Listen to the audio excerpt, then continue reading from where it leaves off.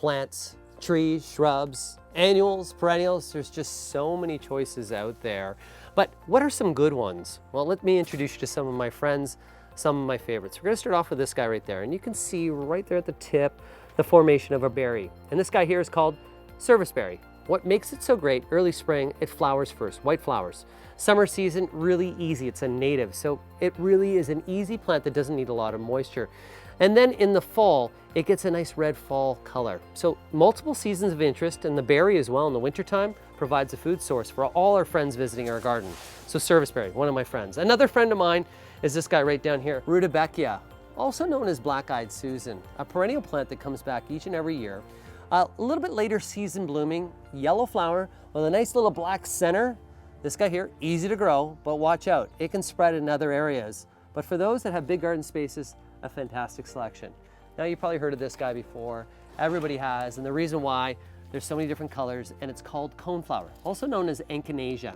Echinacea, another great plant, drought tolerant, long lasting blooms in late summer, and one that's great for bees and butterflies. And bees and butterflies are oh so important.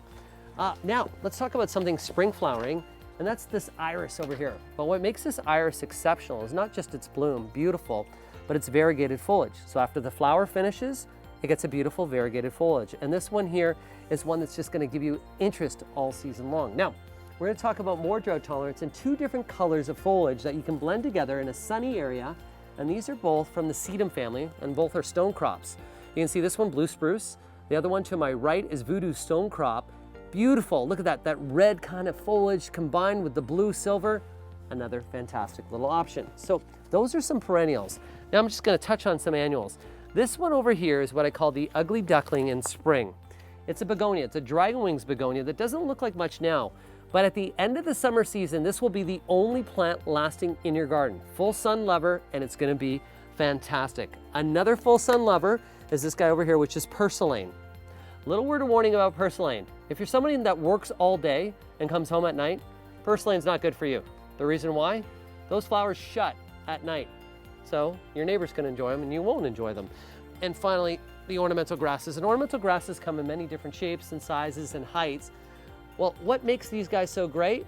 It's amazing people are planting grass. What makes them so great is number one, they're drought tolerant. They add height to the garden. And then as well, in the winter season and late fall, they animate as they blow around. And then the plumes on the top, that is a seed source for our feather friends. So when it comes to selecting plants in the garden, some of my favorites are ones that have long season interest, so they flower a long period of time, or multiple interest. They're easy, don't need a lot of watering. They're native, and also they're good for all our friends. That is the bees, the butterflies, and the birds. My friends.